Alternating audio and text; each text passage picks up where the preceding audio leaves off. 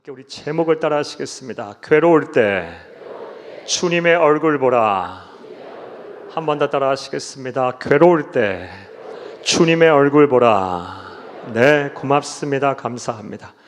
1620년 영국의 경험주의 철학의 아버지라고 할 수 있는 프란시스 베이컨이 우리나라 말로는 신기관이라고 번역이 되는 과학선언문 The New Instrument라는 책을 발간했습니다.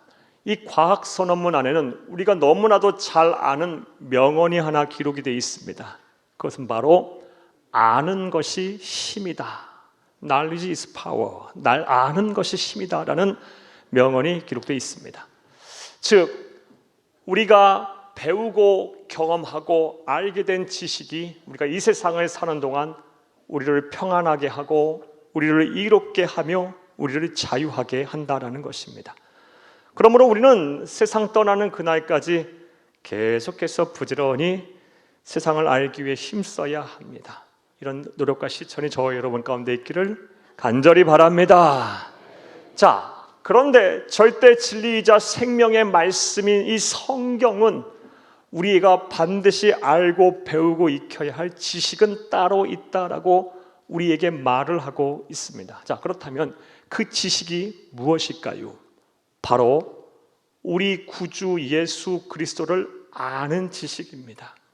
우리 구주 예수 그리스도를 아는 지식, 우리 구주 예수 그리스도를 아는 경험, 이것이 우리에게 꼭 필요하고 이것보다 중요한 지식은 없다라고 성경은 말을 하고 있습니다. 이와 관련한 말씀을 보겠습니다. 빌립보서 3장 7절에서 9절 함께 읽겠습니다. 그러나 무엇이든지 내게 유익하던 것을 내가 그리스도를 위하여 다 해로 여길 뿐더러 또한 모든 것을 해로 여김은 내 주 그리스도 예수를 아는 지식이 가장 고상하기 때문이라. 내가 그를 위하여 모든 것을 잃어버리고 배설물로 여김은 그리스도를 얻고 그 안에서 발견되려 함이니 내가 가진 의는 율법에서 난 것이 아니 오직 그리스도를 믿음으로 말미암은 것이니 곧 믿음으로 하나님께로부터 난 의라. 아멘. 성령의 사람이자 영적 거장이었던 사도 바울은 확신에 찬 어조로 예수 그리스도를 아는 지식이 가장 고상하다, 예수 그리스도를 아는 지식이 가장 가치가 있다, 가장 중요하다라고 말을 하고 있습니다. 자, 그렇다면 왜 그러할까요? 세상의 그 어떤 이치와 지식보다 우리 구주 예수 그리스도를 아는 지식, 우리 구주 예수 그리스도를 경험하는 것, 우리 그리스도 예수 그리스도를 믿는 것, 이것이 왜 우리에게 중요할까요? 그 이유는 간단하고 명확합니다. 이 세상에서 우리가 배우고 경험해야 될 그 어떤 지식도 영원하지 않기 때문입니다. 우리가 배우고 경험하는 지식은 우리가 이 세상을 사는 동안만 우리를 평안하게 하고 우리를 이롭게 하며 우리를 자유하게 합니다. 너무나도 당연한 사실이죠. 우리가 이 세상의 삶을 끝날 때, 우리의 목숨이 끝나는 그 순간부터는 이 세상에서 배운 지식은 아무 쓸모가 없는 겁니다. 하지만 우리 구주 예수 그리스도를 아는 지식은요, 이 세상을 사는 동안도 우리를 풍요롭게 하고 풍성하게 할 뿐만 아니라 우리에게 영원한 삶을 선물합니다. 구원의 기쁨, 영생의 은혜 속에 살게 합니다.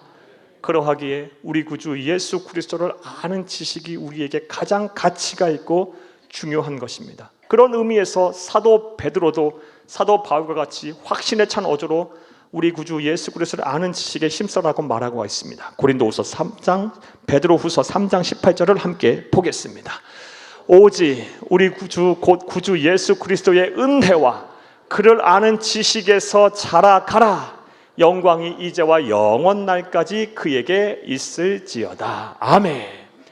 구주 예수 그리스도의 은혜와 그를 아는 지식에서 자라가라. 자라가라.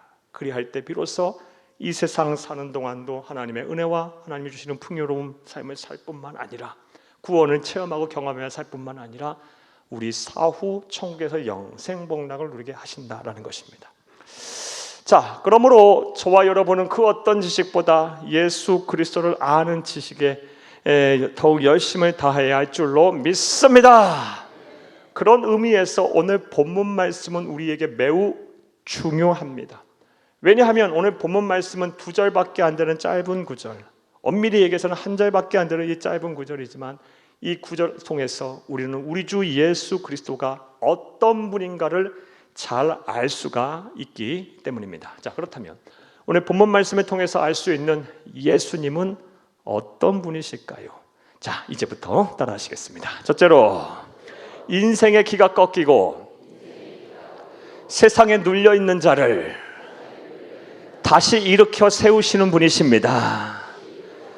예수님은 어떤 분이십니까? 인생의 기가 꺾이고 세상에 눌려 있는 자를 다시 일으켜 세우시는 분이십니다. 오늘 보면 20절을 함께 보겠습니다. 상한 갈대를 꺾지 아니하며 꺼져가는 심지를 끄지 아니하기를 심판하여 이길 때까지 하리니. 누가? 예수님이 상한 갈대를 꺾지 아니하신다고 말씀하십니다. 여기서 우리 주 예수님께서는 우리의 인생을 가리켜서 상한 갈대와 같다라고 표현을 지금 하고 계십니다. 자, 그렇다면 상한 갈대와 같은 인생을 사는 사람은 어떤 사람일까요? 바로 인생의 기가 팍 꺾여 있는 사람이에요. 그래서 세상에 눌려 있는 사람을 말합니다. 이를 좀 더 구체적으로 말씀드려 보겠습니다. 사랑하는 여러분, 갈대는 우리가 잘 알다시피 강기슭 혹은 호숫가 주변에 자라는 식물입니다. 갈대는 그 어떤 식물보다 키가 크게 높게 자랍니다. 갈대가 파란 잎을 드러내면서 하늘을 향해 쭉쭉 뻗어나갈 때는 얼마나 매력적인지 모릅니다. 아주 운치가 있고요, 기세가 등등합니다. 그런데 사람은 누구나 세상을 살다 보면 이렇게 푸른 잎을 드러내며 쭉쭉 뻗어나가는 갈대처럼 화려한 시절이 반드시 있습니다. 예를 한번 들어볼까요? 어떤 사람은요, 진하게 쉽게 성공을 합니다. 취업도 잘 됩니다. 그리고 결혼도 잘 해요.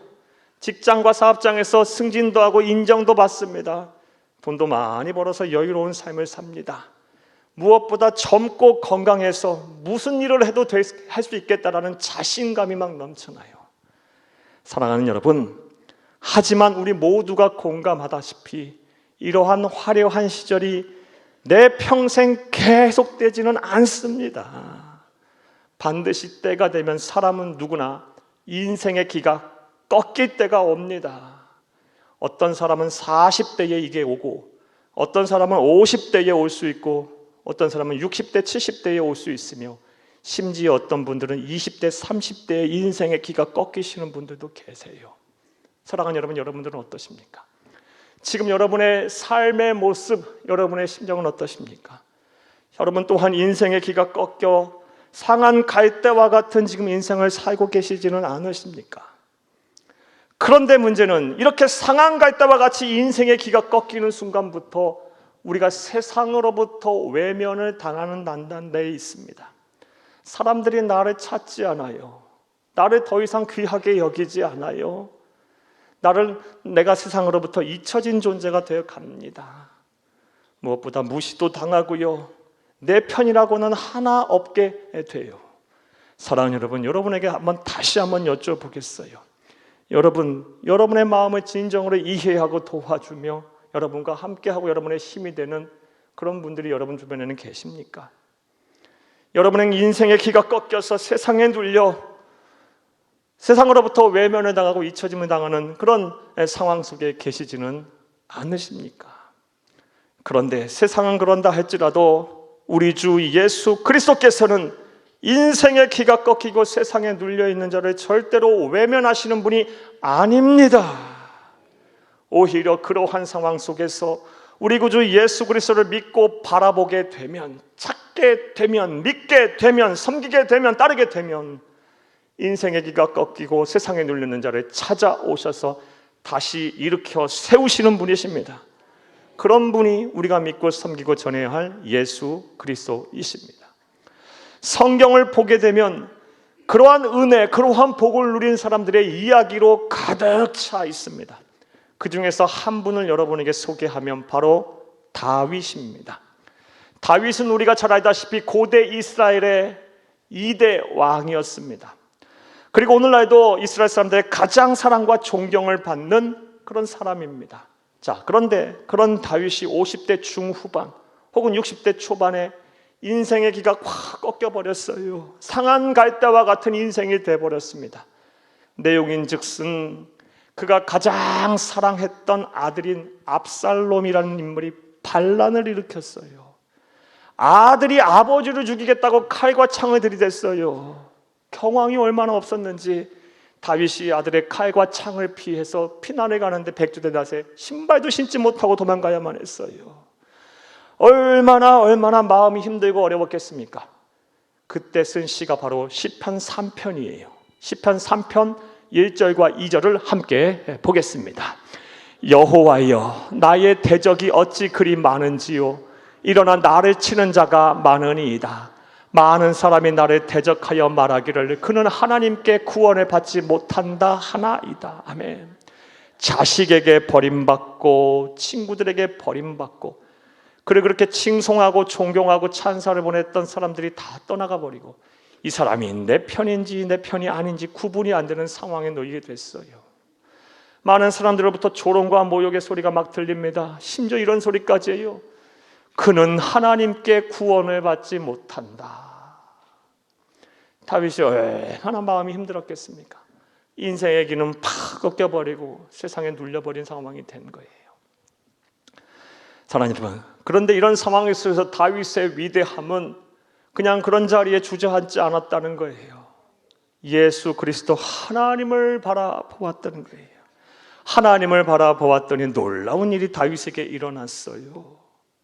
인생의 기가 꺾이고 세상에 눌려있던 다윗에게 하나님이 찾아오셔서 그의 삶을 변화시키고 그의 마음과 생각을 지키셨으며 그에게 놀라운 일들을 행하셨습니다.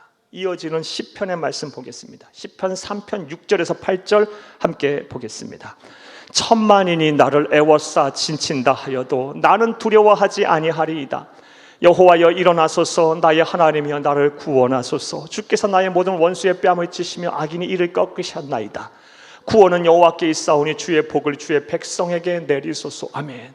앞서 읽은 시편 3편 1절과 2절 그리고 6절과 8절은 뉘앙스가 전혀 다릅니다. 1절과 2절에선 죽겠다고, 나 살 수가 없다고, 하나님 나 인생의 기가 완전 꺾였고요, 세상에서 완전 눌려버렸어요, 자식이 나를 배반시켰어요, 친구들 의지할 바도 다 떠나버렸어요, 하나님 나 이제 어떻게 살아야 해요? 많은 사람들이 나를 조롱해요. 나는 하나님께 구원을 받지 못한다고 얘기해요. 근데 6절에서 8절 말씀 우리가 읽었다시피요, 전혀 다른 사람으로 변모됐어요. 천만인이 나를 애워싸 진친다 하여도 나는 두려워하지 아니하리로다. 완전 변화된 삶이 됐어요. 상황은 하나 변하지 않았지만 하나님이 찾아오셔서 그의 마음과 생각을 지키고 상한 갈대와 같은 그의 심령을 회복시켜서 다시 일어서게 하신 것입니다. 이런 일을 행하시는 분이 바로 예수 그리스도이세요. 저는 이제 권면의 말씀 여러분에게 드리겠습니다. 사랑하는 여러분, 지금 여러분의 인생이 어떠합니까? 기가 꺾이고 세상에 눌려 계시지는 않으십니까? 그렇다면 이제 예수 그리스도가 여러분에게 필요한 거예요. 사랑하는 여러분, 예수님에게 나오세요. 예수에게 소망을 한번 줘보세요. 예수를 한번 의지해 보세요. 그냥 피상적으로만 예수를 그냥 생각하지 말고 진정으로 여러분의 삶의 주인, 생명의 주인으로 여러분의 삶과 생명을 한번 맡겨보세요. 지금까지 어떻게 사셨는지 중요치 않아요. 여러분이 어떠한 일들을 행하고 지금 어떤 일을 하고 계신지도 중요치 않아요. 모든 것 한번 하나님 앞에 예수에게 나와 그 예수에게 여러분의 삶을 의지해 보시길 부탁드립니다. 그리하면 여러분의 인생에 꺾이고 세상에 눌려있는 여러분의 인생, 상한 갈대와 같은 인생을 회복시키셔서 다시 일어서게 하실 것입니다. 이런 은혜와 복이 저와 여러분 가운데 함께 하기를 간절히 주의 이름으로 축복합니다. 본문을 통해서 알 수 있는 예수님은 어떤 분이십니까? 인생의 기가 꺾이고 세상에 눌려있는 자를 다시 일어서게 하시는 분이십니다. 또 본문을 통해서 알 수 있는 예수님은 어떤 분이실까요? 따라 하시겠습니다. 둘째로, 따라합니다. 둘째로, 삶의 의지가 꺼져가는 사람을 다시 살게 하시는 분이십니다. 예수님은 삶의 의지가 꺼져가는 사람을 다시 살게 하시는 분이세요. 참 놀라운 은혜를 부어주시는 분이에요. 오늘 본문 20절을 다시 한번 읽겠습니다. 상한 갈대를 꺾지 아니하며 꺼져가는 심지를 끄지 아니하기를 심판하여 이길 때까지 하리니. 누가? 예수님이. 오늘 본문 20절에 역시 예수님께서는 우리의 인생을 또 다른 말로 표현하고 계시는데, 꺼져가는 심지를 끄지 않겠다. 즉 우리의 인생을 꺼져가는 심지로 표현하고 있어요.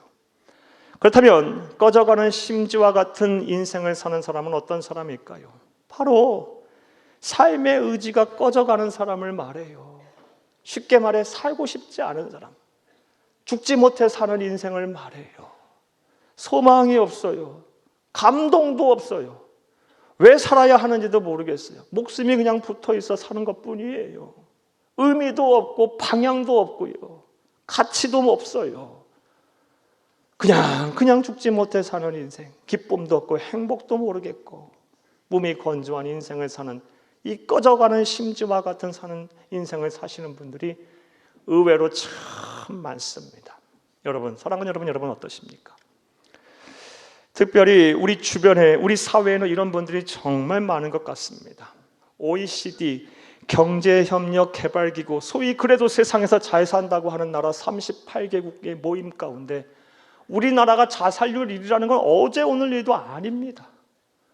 아주 압도적으로 참 수치스러운 일이에요. 부끄러운 일이고 안타까운 일이에요. 수십 년 가까이 지금 압도적인 1위를 차지하고 있어요. 이걸 수치로 환산하면 40분마다 한 명씩 지금 극단적인 선택을 하고 있답니다. 40분마다 한 명씩 우리 사회, 우리나라 어디서든 지금 스스로 목숨을 마감하고 있어요. 살기가 싫어서. 처음부터 살기 싫은 사람이 어디 있습니까? 처음부터 그런 고통, 그런 삶의 무게를 떠안는 사람이 어디 있습니까? 도저히 살 길이 없으니까, 방법이 없으니까, 힘드니까 그런 선택을 하는 거 아니겠습니까? 그런데 우리 주 예수님께서는 그렇게 삶의 의지가 꺼져가는 심지와 같은 인생을 사는 사람에게 다시 살 수 있는 힘과 능력과 용기와 믿음과 지혜를 주시는 분이에요. 사랑하는 여러분, 여러분의 심정이, 지금 여러분의 인생이 꺼져가는 심지와 같습니까? 그렇다면 이제 예수가 필요한 때예요. 예수를 믿어보세요. 정말 예수를 한번 믿어보세요. 여러분의 마음과 생각을 그분에게 한번 드려보세요. 여러분의 인생과 여러분의 생명을 한번 맡겨보세요. 막연하게 그냥 교회 가자고 끌려와서 교회를 다니지 말고 한번 여러분의 귀한 남은 생애를 예수와 복음을 위해 한번 살아보세요. 하나님이 여러분의 삶을 지키실 것이며 다시 살아갈 수 있게 하실 거예요. 삶의 기쁨을 주실 것이고 왜 사는지에 대한 목적이 분명해질 것이며 내게 주신 은혜가 매 순간 있을 것입니다. 성경을 보면 이러한 은혜를 받은 사람들의 이야기로 가득 차 있어요. 그 중에 한 사람 여러분에게 소개하면 누가복음 7장에 나오는 나인성의 과부입니다. 나인성, 나인이라는 말이 아름다운 성이라는 뜻이죠. 이 아름답고 작은 성에 과부 한 분이 계셨어요. 처음부터 이분이 과부는 아니었어요. 그렇죠, 당연하죠. 젊을 때는 꿈도 많았을 것이고 아름다운 여성이었을 거라 생각돼요. 그리고 사랑하는 남편을 만나 결혼을 했고요, 아들을 낳았어요. 이 순간이 그녀에게 있어서 가장 행복한 화려한 시절이었을 거라 생각됩니다. 그런데 얼마 지나지 않아서 남편이 그만 죽고 말았어요. 오늘날도 사랑하는 분들과 사별의 고통을 겪으시는 분들이 참 많습니다. 우리 성도님 가운데도 많아요. 참 힘들고 어려운 삶을 사시는 거 압니다. 하나님의 특별한 위로와 섭리가 여러분 가운데 함께하기를 간절히 주의 이름으로 축복합니다. 그런데 지금부터 약 2000년대 고대 이스라엘 사회에서 과부로 산다는 것은 곧 극심한 가난과 극심한 고독과 그리고 사회적 차별을 당해야 된다는 것을 의미했어요. 오늘날과는 전혀 다른 사회였어요. 그러니 이 여인이 얼마나 삶이 고단했겠습니까? 살고 싶지 않았을 거예요. 그런데 그녀는 살아야만 했어요. 왜요? 눈에 넣어도 아프지 않을 아들이 있잖아요. 아들 때문에 살았을 거예요. 억척스럽게 살았을 겁니다. 정말 이런 일까지 해야 되나 하며 생각하는 일까지도 해가면서 살았을지도 몰라요. 그렇게 해서 아들이 장성해서 청년이 됐네요. 이제 한시름 났을 거라 봐요. 우리 집안에도 기둥이 생겼으니 내가 이 아들 의지하고 살아야겠다 했는데 아니 그만 이 아들이 죽고 말았어요. 이 여인은 어떻게 합니까? 완전 꺼져가는 심지가 돼버렸어요. 인생이요. 예? 조그마한 미풍에도 이제 삶을 놔버릴 죽지 못해 사는 인생이 시간이 돼버렸어요. 얼마나 불행한 인생입니까? 그런데 우리 주 예수 그리스도께서 이 여인의 안타까운 사정과 형편 너무나 잘 아셨어요. 아들이 이 죽은 아들의 시체를 매는 상여가 나인성 안에서부터 밖으로 나올 때 우리 주님이 먼저 이 여인을 주목하셨어요. 그리고 여인에게 다가가서 말씀하세요. 울지 말라. 위로하셨어요. 거기서 그치는 것이 아닙니다. 관에 손에 대고 청년아 일어나라 하라 했을 때 기적이 일어났습니다. 죽었던 아들이 살아났어요. 그 아들을 과부에게 주었더니 그 과부가 기쁨의 경우 하나님을 찬송했어요. 우리가 거룩한 상상력을 발휘해서 그 현장에 지금 있다고 한번 가정해 보세요. 이 여인을 한번 주목해 보세요. 삶의 의지가 다 꺾여버렸어요. 더 이상 눈물도 안 나올 정도로 너무너무 통곡하고 너무너무 탄식을 해서 마음이 그냥 뒤집어져 버린 이 여인. 아들이 살아났네요. 예수를 통해서 회복이 됐어요. 얼마나 기뻤겠습니까? 막 기뻐 뛰며 찬송을 부르는 이 여인의 즐거운 모습을 한번 상상해 보세요. 이 은혜가 우리에게도 임할 수 있는 은혜입니다. 아니, 임해야 할 은혜입니다. 사랑하는 여러분, 지금 여러분의 인생이 어떠합니까? 삶의 의지가 꺼져가고 있습니까? 그냥 죽을 날만 기다리고 계십니까? 아니요, 절대 그렇게 살아서는 안 돼요. 연세 드신 분도 마찬가지예요. 당장 하나님이 내일 나를 부르신다 할지라도 지금 내 안에 오늘 하루의 삶은 기뻐야 돼요. 감사해야 돼요. 삶의 의미와 목적이 있어야 돼요. 하나님은 저와 여러분을 그렇게 창조하지 않으셨어요. 세상에 그렇게 보내시지 않으셨어요. 저와 여러분은 하나님이 가장 귀하게 여기는 천하보다 귀하게 여기시는 하나님의 자녀예요. 아들, 딸들이에요. 그러하기에 우리는 매 순간 삶의 의지가 있어야 돼요. 그러기 위해서 우리에겐 예수가 필요합니다. 이제부터 예수에게 여러분의 귀한 생명을 맡겨보세요. 귀한 삶을 맡기세요. 그 예수를 괴로울 때마다 바라보세요. 그러면 예수가 여러분에게 찾아오셔서 다시 살아갈 수 있게 하실 거예요. 삶의 의미를 찾아주실 겁니다. 여러분에게 다시 살아갈 힘을 주실 것입니다. 이런 은혜와 복이 저와 여러분 가운데 충만하기를 간절히 주의 이름으로 축복합니다. 말씀을 맺겠습니다. 오늘은 본문 말씀을 통해서 우리가 믿고 우리가 사랑하고 우리가 섬기며 우리가 전해야 할 예수가 어떤 분인가에 대한 말씀을 드렸습니다. 그분은 상한 갈대를 꺾지 아니하시고 꺼져가는 심지를 끄지 아니하시는 분이십니다. 즉 인생의 기가 꺾이고 세상에 눌려 있는 자를 다시 일으켜 세우시는 분이십니다. 삶의 의지가 꺼져가는 사람을 다시 살게 하시는 분이십니다. 사랑하는 여러분, 다시 여러분에게 권면의 말씀을 간곡히 드립니다. 이제 이 예수에게 여러분의 생명을 좀 맡겨보세요. 부탁드립니다. 꼭 그렇게 하셔야 돼요. 세상이 얼마나 악한지 몰라요. 얼마나 많은 사건 사고가 일어나는지 몰라요. 그리고 사랑은 식은, 우리는 이 인류의 역사상 가장 사랑이 식은 시대를 지금 살고 있어요. 예수가 필요해요. 그 예수에게 여러분의 소망을 한번 두어보세요. 그 소망이 신락같이 작은 소망이라도 상관없어요. 그 소망을 예수에게 두고 사신다면, 괴로우고 힘들 때마다 그 예수를 바라본다면 예수가 여러분을 다시 일으켜 세우실 것입니다. 다시 살게 하실 것입니다. 이런 은혜와 복이 여러분 가운데 가득하기를, 충만하기를 간절히 주의 이름으로 축복합니다. 축복합니다. 축복합니다.